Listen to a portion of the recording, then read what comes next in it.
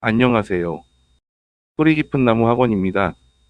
성문고 1학기 수학시험은 단순히 공식을 얼마나 많이 외웠는지를 보는 시험은 아니었습니다.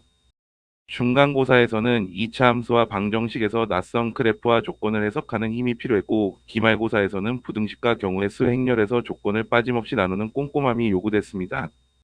두 시험 모두 문제를 처음 봤을 때 바로 익숙한 풀이가 떠오르지 않는 순간이 많았고, 이런 상황에서 스스로 구조를 만들어가는 힘이 중요했습니다. 화면을 보면서 두 시험이 어떻게 달랐는지 살펴보겠습니다. 중간고사와 기말고사는 모두 22문항으로 출제되었습니다. 학생 입장에서는 시간 압박 때문에 실제 체감은 더 높았을 가능성이 있습니다. 중간고사는 2차 함수와 방정식을 중심으로 그래프와 식의 관계를 해석하는 문제가 부담을 줬습니다. 반면 기말고사는 행렬 연산과 부등식, 경우의 수처럼 조건을 하나씩 정리해야 하는 문제가 많았습니다. 결국 두 시험 모두 공식 하나를 바로 적용해서 끝나는 문제보다는 주어진 조건을 어떻게 나누고 연결할지를 먼저 판단해야 했습니다. 이런 시험에서는 평이한 문제에서 시간을 오래 쓰면 뒤쪽에서 충분히 생각할 여유가 줄어들 수밖에 없습니다. 중간고사에서는 2차 함수가 5문항으로 가장 큰 비중을 차지했습니다. 다항식, 항등식, 복소수, 방정식까지 대수 전반에서 고르게 출제됐지만 후반부로 갈수록 난이도가 빠르게 높아졌습니다. 특히 15번부터 18번 구간에서는 계산량과 조건이 함께 늘어나면서 부담이 커졌을 가능성이 높습니다. 2차 함수에서는 그래프와 직선의 위치 관계를 살펴보면서 최대값과 최소값까지 판단해야 하는 문제가 있었습니다.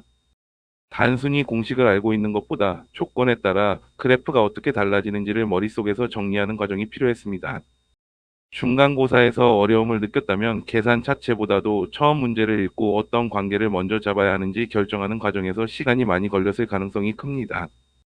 기말고사에서는 행렬이 7문항, 경우의 수와 순열 조합이 7문항, 여러 가지 부등식이 5문항으로 비중이 높았습니다. 중간고사와 달리 전반부부터 실력 수준의 문제가 촘촘하게 배치돼 있어서 편하게 넘어갈 수 있는 구간이 적었습니다. 특히 부등식에서는 단순히 해를 구하는 것에서 끝나지 않고 정수해가 몇 개인지 정확하게 세기 위해 범위를 끝까지 점검해야 했습니다. 경우의 수에서도 가능한 상황을 빠짐없이 나누는 과정이 중요했습니다.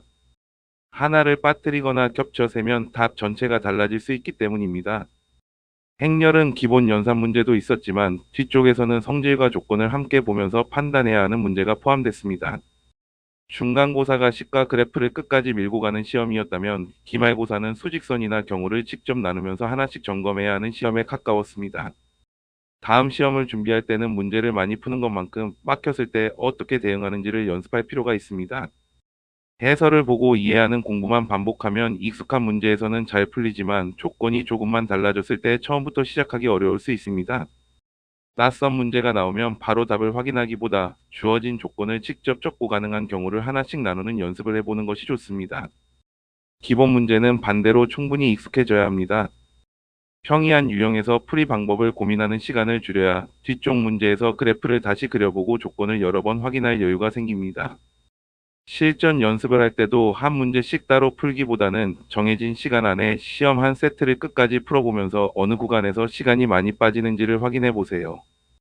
성문고 시험에서는 어려운 문제를 만났을 때 바로 흔들리지 않고 조건을 하나씩 정리하면서 끝까지 밀고 가는 힘이 필요합니다. 이번 1학기 시험 치르느라 모두 고생 많으셨습니다. 다음 시험에서는 기본 문제의 속도와 낯선 문제를 끝까지 파고드는 힘을 함께 준비해 보시기 바랍니다. 이상 뿌리 깊은 나무학원이었습니다. 감사합니다.